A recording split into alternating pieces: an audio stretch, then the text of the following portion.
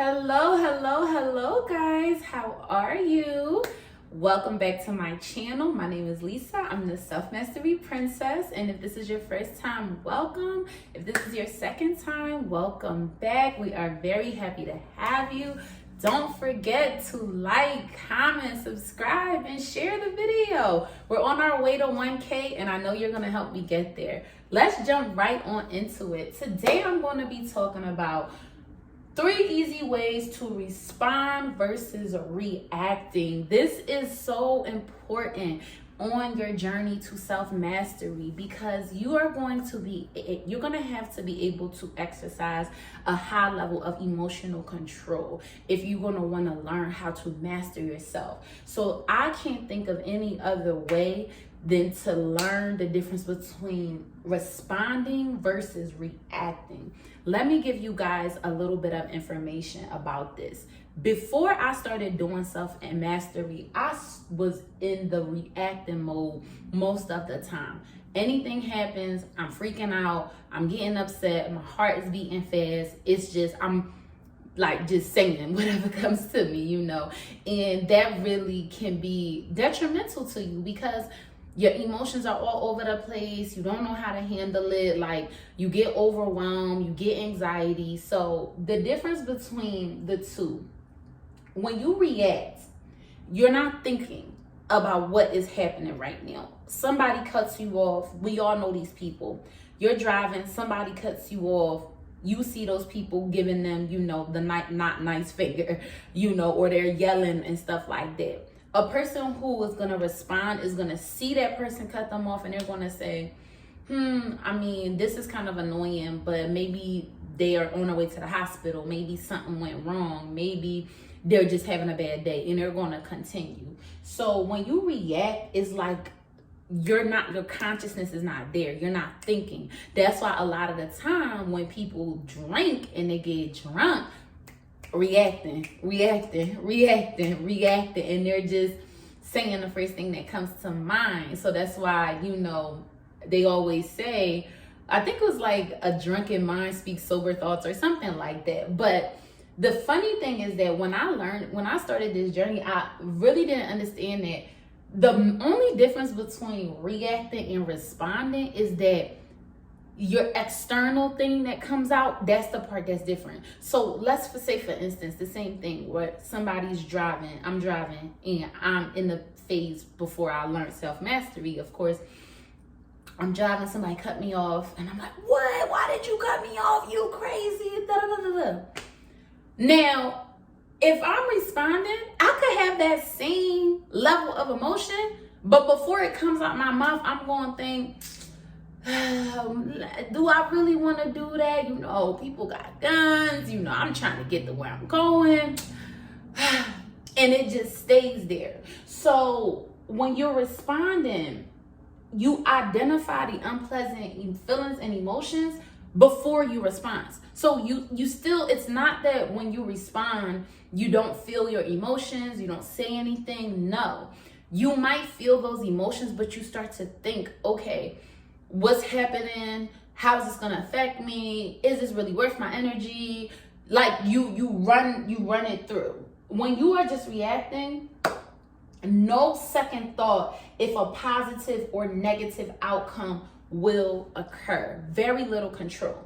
People who do this at the high extent, they're in prison. They are commit crimes because they are just reacting. They don't care. They don't have nothing to lose. They just loose cannonballs. Those are where most people who end up in, you know, crime and stuff like that, they don't understand like emotional control when it comes to certain things. So it's just like they're ready to risk it all. When you respond, you search internally before you just come out with what you're going to say. You're aware of your reaction and you stop before you see yourself get into that place. Now, this is something that is an everyday practice. It's not something that you're just gonna get and it's like, no, there might be moments where you react, but if the more you do it, like anything else, practice makes perfect. The more you get into a, you know, heated conversation and you are feeling yourself get there, you're going to be better able to work through it than if you were just to react and say anything. And I think this is really important because when you can learn these two, you really learn yourself and you learn your triggers and you're able to navigate and maneuver through those. Like, I'm very well aware of certain like triggers of mine that will put me in reactive state versus responding state. Let's say I haven't eaten. I fast. So when it's time for me to eat, I need to eat. So I know that if I haven't ate and I'm out, like, I try to keep tea or snacks in my car because I don't want to be in that reacting phase, right? Or I'll stop and I'll like say, oh, excuse me, let me go, grab my tea or this and that. So I know I'm in my best self. I also know that things that are going to put me in reacting states like confusion, lack of clarity, I avoid those kind of situations. Like, if you're inviting me somewhere and you don't know the venue, you don't know the time, you don't know what's going on, 9 times out of 10, I'm not going to go because I don't like to put myself in situations and environments that's going to make me reactive, so I'm very careful about my energy and who I entangle with, because there are responding and reacting. There may be people in your life who are triggers, who you come around and they're always messing with you, or they're not pouring into you, and that puts you into a reacting state versus a responding state. Keeping your home clean, that's another thing that can keep you in a reactive or responding state. I love to keep my house clean because when I see my house clean and everything's together, it keeps my mind clean. I don't like clutter and stuff like that. So as you go on this journey, you'll be able to see what puts you in that state and what puts you out of it. And be honest, is no right or wrong thing. Like, this is, I feel like, the biggest myth or like issue in the world of personal development, is because a lot of the time people make it seem like you're never supposed to we're not supposed to talk about triggers or how we handled it. But that's the way that you actually learn yourself, and you learn, okay, like, this works for me or this doesn't work for me. It's no judgment zone. If you say, Lisa, I get into a reactive stage if I don't have my Milky Bar chocolate every Friday, go get you to Sam's Club and keep the bulk one in the house. Like, there's no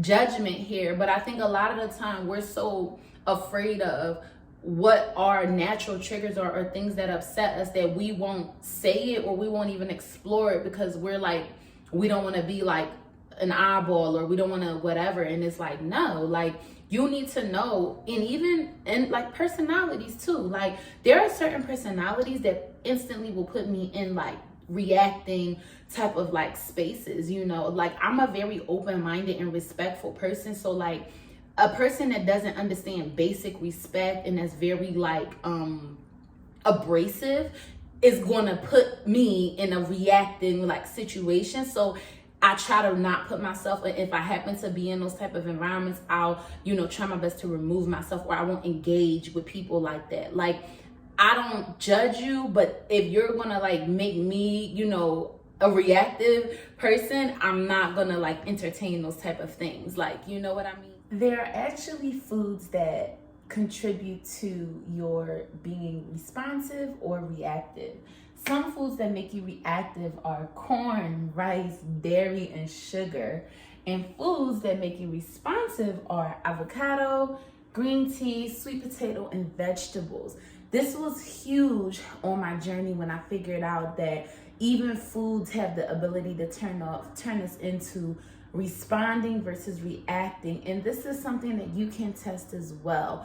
For me, I try to stay away from the dairy and the sugars because it does give you that spark of like energy, and kind of makes me a little agitated. So these are just good things to know as you're on your journey of self-mastery and understanding what it is that really helps you to be at peace, one with yourself, what it takes for you to maintain a level of groundedness and to be able to be responsive and to be able to hold back your thoughts and not just react.